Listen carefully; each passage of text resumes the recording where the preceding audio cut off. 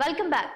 ఇప్పుడు పలు వార్తాపత్రికల్లో ఉన్నటువంటి హెడ్లైన్స్ చూద్దాం. ముందుగా మనం ఈనాడు పేపర్కి వెళ్ళినట్లయితే ఇక్కడ పెద్ద హెడ్లైన్ చూస్తున్నాం. ట్రంప్ పై హత్యాయత్నం, దుండగుడి కాల్పులు, చెవి పైభాగం నుంచి దూసుకెళ్లిన తూట, త్రుటిలో తప్పిన ప్రాణాపాయం, పెన్సిల్వేనియా రాష్ట్రం ఎన్నికల సభలో హఠాత్ పరిమాణం. సో మరో హెడ్లైన్ చూసినట్లయితే తాగునీటి ప్రాజెక్టులకు ప్రపంచ బ్యాంక్ నిధులు, జలజీవన్ మిషన్ లో పెండింగ్ పనులు పూర్తి చేయించే యోజనలో ప్రభుత్వం ఉన్నట్లు ఇక్కడ తెలుస్తూ ఉంది. ఇక మరొక హెడ్లైన్ చూద్దాం. ఎడారి దేశంలో తెలుగోడు, కువైట్లో అన్నమయ్య జిల్లా వాసి ఆర్తనాదాలు, సామాజిక మాధ్యమాల్లో బాధితుడి వీడియో చక్కర్లు, రప్పించే ఏర్పాట్లు చేస్తామని మంత్రి లోకేష్ హామీ ఇచ్చినట్టు చూస్తున్నాం. ఇక మరొక హెడ్లైన్ చూసినట్లయితే నెట్ క్యాంపులోనూ నొక్కేశారు, మాజీ మంత్రి పెద్దిరెడ్డి బంధువే జీఎం, ఆయన హయంలో భారీగా అవతాకాలు, సౌర విద్యుత్ ప్రాజెక్టులు, పిఎస్పీల కేటాయింపుల్లో కోట్లలో వసూలు, టెండర్లన్నీ అవుట్సోర్సింగ్ ఉద్యోగి కంపెనీలే. కానీ ఇక్కడ మరో హెడ్లైన్స్ చూస్తున్నాం. ఇక మరొక హెడ్లైన్ చూస్తే నేపాల్ నూతన ప్రధానిగా కేపీ శర్మ ఓలీ నేడు ప్రమాణ స్వీకారం చేయనున్నారు. అలాగే టీడ్కో ఇళ్లకు హార్డ్కో రుణాలు, అప్పు ఇచ్చేందుకు ముందుకొచ్చిన సంస్థ, నిర్మాణాల పూర్తికి 5,000 కోట్లు అవసరమని అంచనా వేసినట్టు చూస్తున్నాం. మరో హెడ్లైన్ నేడు బెంగళూరుకు జగన్, 2 వారాల వ్యవధిలో రెండోసారి పయనమవుతున్నట్లు కూడా మనం చూడొచ్చు. మోదీకి 10 కోట్ల మంది ఫాలోవర్లు, ఎక్స్ లో ప్రధాని జోరుగా ఉన్నట్లు కూడా చూస్తున్నాం. సో మరో న్యూస్ చూస్తే అల్కారాజ్ అదరహో వరుసగా 2వ వింబుల్డన్ కైవసం, జోకోవిచ్ కు మళ్ళీ నిరాశ అన్నట్లు ఇక్కడ మరొక న్యూస్ అయితే మనం చూస్తున్నాం. సో మరో న్యూస్ చూద్దాం. సముద్రయాన్ లో మత్స్య 6,000, సబ్మెర్సిబుల్ వాహనంలో భారత్ వినూత్న పంత, నమూనాల సేకరణకు 12 రకాల యంత్రాలు. ఇక అదేవిధంగా మరొక హెడ్లైన్ చూసినట్లయితే చివరిది మనదే, 5వ టీంలోనూ భారత్ ఘన విజయం, జింబాంబేతో సిరీస్ 4-1తో కైవసం, మెరిసిన ముఖేష్, దూబే, సంజు అని స్పోర్ట్స్ న్యూస్ అయితే మనం ఇక్కడ చూడొచ్చు. ఇక మరో పేపర్లో చూసుకున్నట్లయితే హెడ్లైన్స్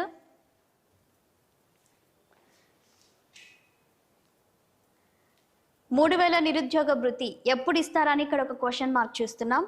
రాష్ట్రంలో 1.6 కోట్ల కుటుంబాల ఎదురు చూపులు, జాబ్ క్యాలెండర్, నిరుద్యోగ భృతిపై నిరుద్యోగుల గంపడ ఆశలని కూడా ఇక్కడ హెడ్లైన్ మనం చూడొచ్చు. ఇక ఈనాడులో చూసినట్లయితే ట్రంప్ పై హత్యాయత్నం జరిగినట్లు కూడా మనం చూస్తున్నాం. ఇక మరో న్యూస్కి వెళ్ళినట్లయితే ఎన్నికల ర్యాలీలో ప్రసంగిస్తుండగా కాల్పులు, జగన్ వల్లే పెట్టుబడులు పైకి, పెట్టుబడుల ఆకర్షణలో దేశంలోనే 3వ స్థానం, 2024 జనవరి మార్చి మధ్య 15 కొత్త ప్రాజెక్టుల ద్వారా 22,580 కోట్ల పెట్టుబడుల ఆకర్షణ అని కూడా ఒక హెడ్లైన్ చూస్తున్నాం. ఇక మరికొన్ని న్యూస్లు చూసినట్లయితే ప్రభుత్వ ఆసుపత్రిలో శిశువు అపహరణ, నెక్స్ట్ దుర్గమ్మకు తెలంగాణ బంగారు బోనం, ఇక 23 నుంచి పొలం పిలుస్తుంది, వారానికి 2 రోజులు, రోజుకు 2 గ్రామాలు, కమిషనర్ నుంచి క్షేత్రస్థాయి సిబ్బంది వరకు పొలం బాట, వ్యవసాయాన్ని లాభసాటిగా మార్చడమే లక్ష్యంగా రైతులకు అవగాహన కల్పిస్తున్నట్లు కూడా మనం చూడొచ్చు. మరో న్యూస్ చూసినట్లయితే ఇక్కడ చంద్రబాబు ఉద్యోగాల కల్పన, చంద్రబాబు పాలనలో 2014 నుంచి 19 మధ్య చంద్రబాబు ప్రభుత్వ హయంలో ఉద్యోగాలు 34,108. ఇక అదే వైఎస్ జగన్మోహన్ రెడ్డి పాలనలో చూసినట్లయితే 2019-24 మధ్య వైఎస్ జగన్ ప్రభుత్వ హయంలో శాశ్వత ఉద్యోగాలు 2,20,003, అవుట్ సోర్సింగ్ ఇతర ఉద్యోగాలు 3,73,695, కాంట్రాక్టు ప్రాతిపదికన ఉద్యోగాలు 43,923. వైఎస్ జగన్ ప్రభుత్వం కల్పించిన మొత్తం ఉద్యోగాలు 6,38,621గా మనం చూస్తున్నాం. ఇక మరొక న్యూస్ చూసినట్లయితే 46 ఏళ్ల తర్వాత తెరుచుకున్న పూరి రత్న భండార్, వజ్రాభరణాలు, పసిడి నిల్వలను లెక్కించేందుకు సిద్ధమైన బృందం. ఇక జగన్నాథ్ ఆలయంలో ప్రత్యేక పూజలు కూడా ఏర్పాటు చేసినట్లు మనం చూడొచ్చు. మరొక న్యూస్ చూసినట్లయితే మరో 2 రోజులు వర్షాలు, ఉపరితల ఆవర్తనం ఫలితం అని కూడా మనం చూస్తున్నాం. గంట ఆస్తుల వేలం, రుణాలు ఎగ్గొట్టిన కేసులో టీడీపీ ఎమ్మెల్యేకు బ్యాంకు జలకిచ్చినట్లు కూడా మనం చూడొచ్చు. ఇక అదేవిధంగా విశాఖ మెట్రో ప్రాజెక్టు డిజైన్ చేసినట్లు చూస్తున్నాం. మెట్రోకు మళ్ళీ మోకాలడ్డు, వైజాగ్ మెట్రో ప్రాజెక్టును నిర్వీర్యం చేసేందుకు ప్రభుత్వం కుయుక్తులను కూడా మరోసారి డిపిఆర్ తయారీకి సీఎం చంద్రబాబు ఆదేశాలు ఇచ్చినట్లు కూడా మనం చూస్తున్నాం. ఆ ముగ్గురి మాటే శాసనం, ముగ్గురు రిటైర్డ్ ఐపీఎస్ల గుప్పిట్లో పోలీస్ శాఖ, ఏబి వెంకటేశ్వరరావు, ఆర్పి ఠాకూర్, గట్టంనేని శ్రీనివాస్ అని ఇక్కడ మరొక హెడ్లైన్ అయితే మనం చూస్తున్నాం. ఇక మరొక పేపర్లో కనుక ఉన్నటువంటి న్యూస్ చూసినట్లయితే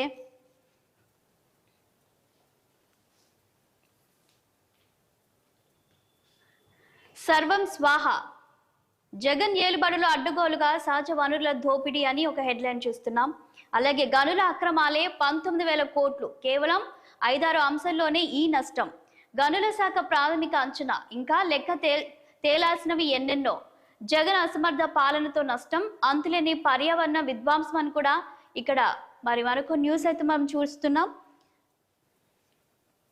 వైద్య కాలేజీలకు వైసీపీ గ్రహణం, పూర్తి కాని భవనాలు, 64% వైద్య బోధన సిబ్బంది లేని వైనం, లైసెన్స్ లేని బ్లడ్ బ్యాంక్, అడ్మిషన్లకు నో అన్న ఎన్ఎంసీ. అదేవిధంగా మరొక న్యూస్ చూసినట్లయితే భూదందా కేర్ ఆఫ్ విశాఖ, విలువైన భూముల్లో జగన్ పరివారం పాగాని కూడా ఇక్కడ మనం చూస్తున్న జవహర్ రెడ్డి, ధనుంజయ రెడ్డి బంధువులు, విజయసాయి రెడ్డి అనుచరులపై ఇప్పటికే ఆరోపణలు వచ్చినట్టు కూడా మనం చూడొచ్చు. నెక్స్ట్ మరో న్యూస్కి వెళ్ళినట్లయితే బ్యూటీ పేరుతో లూటీ, మున్సిపల్ శాఖలో మరో ఆక్టోపస్, కోట్ల రూపాయలు ఖర్చైన పట్టణాల్లో పచ్చదనం కరువు. తెరుచుకున్న రత్న భాండాగారం, జర్మన్ వర్సిటీ జంతర్ మంతర్, లేని యూనివర్సిటీతో ఒప్పందం, హేమచంద్రరెడ్డి అడ్డుగోలు వైఖరిని కూడా మరో న్యూస్ మనం చూస్తున్నాం. అంబానీ ఇంట పెళ్ళంటే ఆ మాత్రం ఉండాలి, తోడు పెళ్లి కొడుకులకు గిఫ్ట్ గా 2 కోట్ల రూపాయల వాచీలు అందజేసినట్లు చూస్తున్నాం. మహారాష్ట్ర సీఎం షిండేతో చంద్రబాబు భేటీ అయినట్లు మనం తెలుసుకోవచ్చు. ముంబై వర్షలో అరగంట చర్చలు జరిగినట్లు కూడా మనం చూస్తున్నాం. నెక్స్ట్ డిసెంబర్లోగా బీజేపీకి కొత్త జాతీయ అధ్యక్షుడు, ఆగస్టు 1 నుంచి పార్టీ సభ్యత్వ నమోదు, నవంబర్లో మండల జిల్లా అధ్యక్షుల ఎన్నిక, డిసెంబర్లో రాష్ట్రాలకు నూతన సారథులు, తెలంగాణలో పలువురు సీనియర్ నేతలు పోటీ పడుతున్నట్లు కూడా మనం ఈ న్యూస్ లో చూడొచ్చు. ఇక అదేవిధంగా మరొక పేపర్ చూసినట్లయితే వెలుగు పేపర్లో ఉన్నటువంటి హెడ్లైన్స్ ఏందో ఒకసారి చూద్దాం.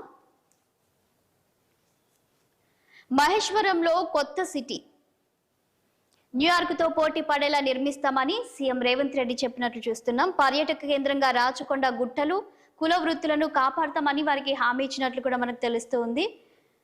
సో మరో న్యూస్ చూసినట్లయితే 5,000 పోస్టులతో మరో డిఎస్సి, నిరుద్యోగులు ఆందోళన చెందొద్దని డిప్యూటీ సీఎం భట్టి విక్రమార్క హామీ ఇచ్చినట్లు మనం చూస్తున్నాం.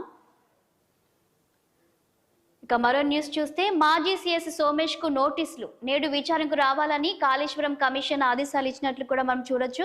ఇక అదేవిధంగా మరొక న్యూస్ చూస్తే సుప్రీంకోర్టుకు కేసీఆర్, విద్యుత్ కమిషన్ రద్దు చేయాలని పిటిషన్ దాఖలు, సిజే బెంచ్ నేతృత్వంలో నేడు విచారణ జరగనుంది.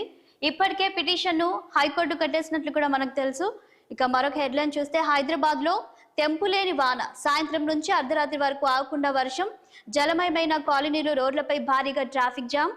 మరో 2 రోజులు భారీ వర్షాలు కురిసే అవకాశం ఉన్నట్లు కూడా తెలుస్తుంది. ఇప్పటికే 5 జిల్లాలకు ఆరెంజ్ అలర్ట్ ప్రకటించినట్లు కూడా మనం చూడొచ్చు.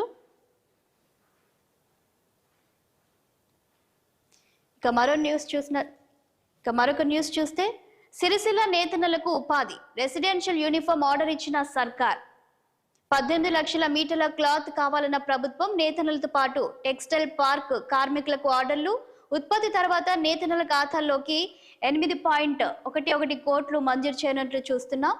ఇక దిశ పేపర్లో ఉన్నటువంటి హెడ్లైన్స్ కనుక మనం చూసినట్లయితే మోడీ రికార్డ్, ట్విట్టర్లో 10 కోట్ల మంది ఫాలోవర్స్ ఉన్నట్లు చూడొచ్చు. స్వయంగా ప్రధాని మోదీ ట్వీట్ చేసినట్టు తెలుస్తుంది. ప్రభుత్వాన్ని కూలుస్తామన్నోళ్ళు ఎక్కడున్నారని ఇక్కడ ఒక క్వశ్చన్ మార్క్ చూస్తున్నాం. మొన్నటిదాకా అచ్చోసిన ఆమోతిలా మాట్లాడారని ఇక్కడ మరొక హెడ్లైన్ అయితే మనం చూస్తున్నాము. సో మరో న్యూస్ చూద్దాం.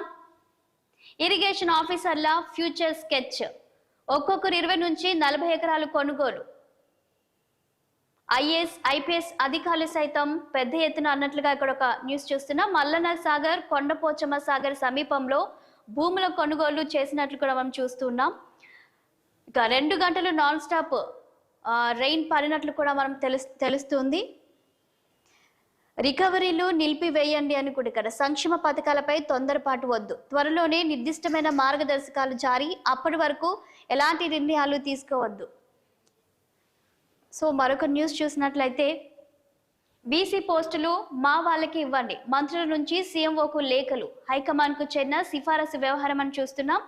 ఇక హరీష్ రావు మంచి పొలిటీషియన్, బీఆర్ఎస్ లో ఆయన ఒక్కడే గుడ్ లీడర్, బీజేపీలో చేరాలనుకుంటే ఎమ్మెల్యే పదవికి రిజైన్ చేయాలని కూడా ఇక్కడ బండి సంజయ్ వ్యాఖ్యానించినట్లు చూస్తున్నాము.